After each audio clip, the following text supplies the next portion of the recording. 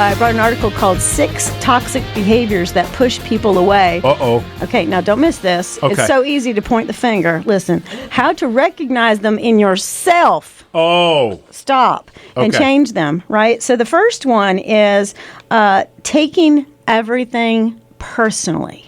Okay. Right. I don't do that one, so I'm good with that. Do you do that? I don't. No. I don't know how you can do that and be good in business. Yeah, it's an ego thing, right? I don't want anybody to correct me. I don't want anybody to, or I've got an excuse for why I didn't do, But the successful people I know in business, they're always asking, how did I do? Could you think I could do better? What do you think?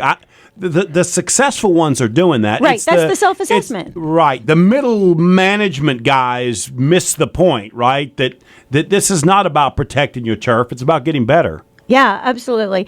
And the thing about, taking things personally is that a lot of people don't know how to respond to feedback. And so here's what I tell people all the time is just when somebody says, you could have done that better, you just say, thank you for letting me know. I say, son of a Tuesday. No, you do not. Okay. All right. So the second thing. Okay, number 2. Yeah, this is the toxic behavior number 2. Nicole, roll your eyes. Oh, this is going to be a long article. Okay. Is that we have people obsessing about negative thoughts. Huh. Right? So the day starts out and something comes in your world and you have an obstacle. Right. Okay. So you spend the first 20 minutes of your day overcoming the obstacle. Okay. Don't miss the fact that you overcame it. Let it go. Let's move on. But we have to stir it up, talk about it. And then we have a mental model going into every conversation, right? Right. And I walk in and I'm like, hey, you know what happened first thing today? And I tell you my whole toxic story. And now I am spreading the poison around the office. That's interesting. It reminds me of a mentor of mine that I had. I had to do a little talk, and I was checking my emails before I went on the talk, and he said, man, don't do that. Put that down. And I said, why do you say that? And he said, because you're going to allow whatever that email is coming, and he said, if it happens to be negative, you're going to allow that to bleed over into the speech you're getting ready to have. He said, man, listen, when I'm getting ready to talk, I don't look at anything for an hour or two before that talk. I thought that was really interesting. Yeah. So one of the most famous coaches in all the world is Tony Robbins. I know you're familiar with him. Yeah. And Tony Robbins says that before you do anything, you should get yourself in state. Right? Which means that you sit still for 5 minutes or whatever, and you really meditate and think very positive thoughts. And there's a whole psychology movement out there called positive psychology. And it talks about the fact that you need to get yourself in a positive state. And it's your responsibility, right? So that takes us to number 3. You ready for number 3?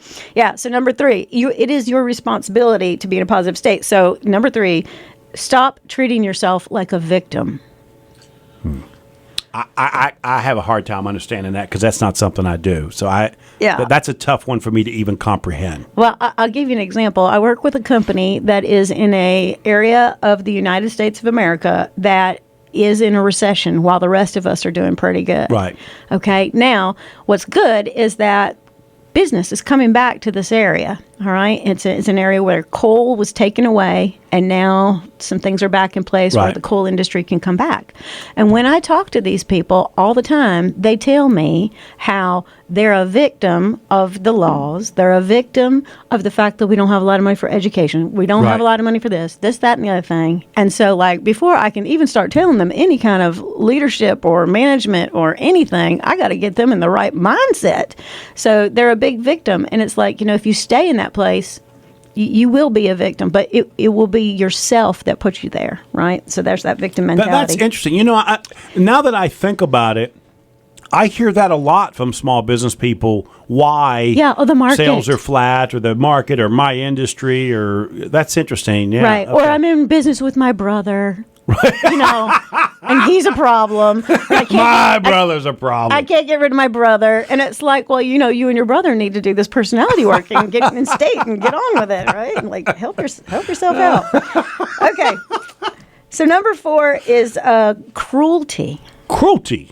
Yeah. I am always pleasant to everybody unless they bother me. You almost got the ding. So here's the thing. Is lacking empathy and being able to put yourself in somebody else's shoes. Slowing down to understand what's just happened to somebody Right. or the situation that they're really in, and not having a heart. That's interesting because I'm really bad at that, except when I'm negotiating a deal. And then I know I have to understand and interpret the other side, and I have to know where they're coming from, and I can mentally put myself in their position. I could even make their case for them, right? Right. Before I get started talking. I don't do that on a personal setting, but in a business setting, I do that all the time. It's interesting that's the case. All right. So number 5 is excessive reactivity. I don't know what that means. I do not know what that means. That means that we blow stuff out of proportion. No. Yes, exactly. Us bigness people do that? No. Yes. We think it's the end of the world. We have the Chicken Little reaction for sure. And then the last thing, number 6 is... I'm getting Texas flying off the chart here. Oh, that's what Joe does. Yep. Oh, that's what Joe does. Yep. All right, you caught me on one. Okay. Last one is needing constant validation. You're doing a good job. You're doing a good job. Well, I do want you to tell me I'm spectacular from time to time. I mean, honestly, it is the most selfless thing, thankless thing you can do is be a small business owner. There is nobody to tell you you're doing well. Matter of fact, it works against you because all of your staff realize things are well, so they don't come up and say, hey, man, you did good or we did good. They say, can I have a raise? Because I think we're doing really good right now. So, yeah. Yeah, and I'll tell you, giving feedback, appropriate feedback, both positive and corrective, is like one of the main things that I teach people, so that people get the approval they need, but then we can still set those expectations and tweak performance. And I think that's really a key thing leaders need to be able to do is give proper feedback. There's a whole formula for it. Really? Yeah. So we ought to make that one of your talks this month because I could use help with that. I really don't want to tell people that they did a good job.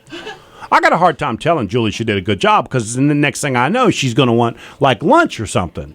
I don't want to do that. Yeah, well, the psychology would prove you different. The research would prove you different. Okay, that might need to be one of our talks. Okay, let's do it. I like that.